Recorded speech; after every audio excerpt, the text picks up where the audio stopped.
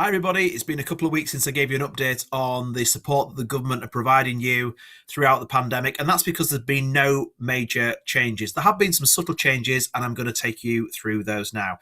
First of all, let's deal with C-bills. The main thing is that some new banks that are coming on board. You may have heard that the Funding Circle have been added today, and some of the challenger banks have been introduced as well, like Tide and Starling. You may have heard of those banks that were started from the very beginning to be on the internet and have really sophisticated application processes where they can actually plug into your software and give you instant decisions, within an hour as to whether you qualify or not. So that's a significant change to the C-bills application process. And their very presence actually may make the normal high street banks, Barclays, HSBC, Lloyds, etc., stand up and take notice and approach this in a much more commercial way. That's the hope. We've had some successes and some failures, unfortunately. By reminder, if you would like me to help you with your finance application, I'm very pleased to do that. Work with the Fluidly software that I've set you up with. We're not raising any charges for this, by the way. This is all just to help you during the pandemic. So get in touch if you'd like some help with your application. We had some success with Skipton Invoice Finance, £60,000 loan agreed at the beginning of the week, £120,000 agreed yesterday with NatWest, all done within 48 hours. One disappointing failure today, viable business, profitable, but had a bit of a bump last year.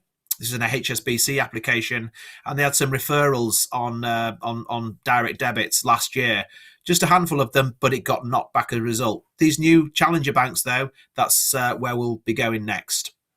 Okay, on the job retention scheme, it was 3 months from the 1st of March, so it ended at the end of May. I think to coincide with the announcement that this lockdown is going to go on for another 3 weeks, the scheme has been extended to the end of June. That might give you an indication that the lockdown may go on even further than 3 weeks. We'll just have to wait and see on that. I'm sure you're following the news just like I am as to how we're actually going to get out of this, and when, more importantly. Okay, so what else on the job retention scheme? The qualification date changed from the 28th of February to the 19th of March. So that was really to help people that had moved jobs after the 28th of February, and so you weren't on the payroll to qualify with your new employer. But it's limited actually, because when you move to your new employer, you still have to have been subject to an RTI submission on or before the 19th of March. So in other words, if you move to a new job, say on the 10th of March, but you're paid monthly, you're not on the RTI until the 31st of March. So again, you slip through the cracks. Xero has actually introduced a new function to deal with furloughed workers. So it'll be able to track all of your employees in respect of which you want to make a furloughed compensation claim on the government's new system, which we hear is announced or is going to be launched on Monday, and is going to be you're going to be able to make your applications from then. It's going to take, so we hear, 10 days in the first instance to get the compensation, but once things settle down, they expect the compensation to be paid out within 4 days.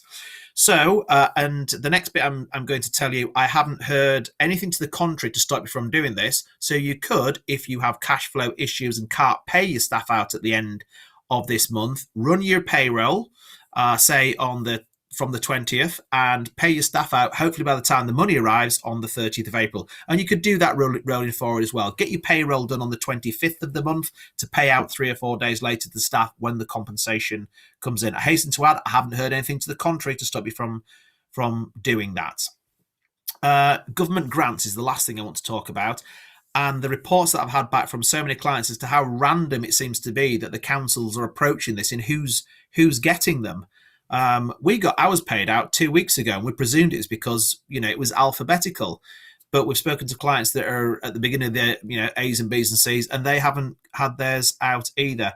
I've got a client that's got shops in 12 different borough councils, if you like, and again, his are completely at random. There doesn't seem to be any meaning to the way they're paying these grants out.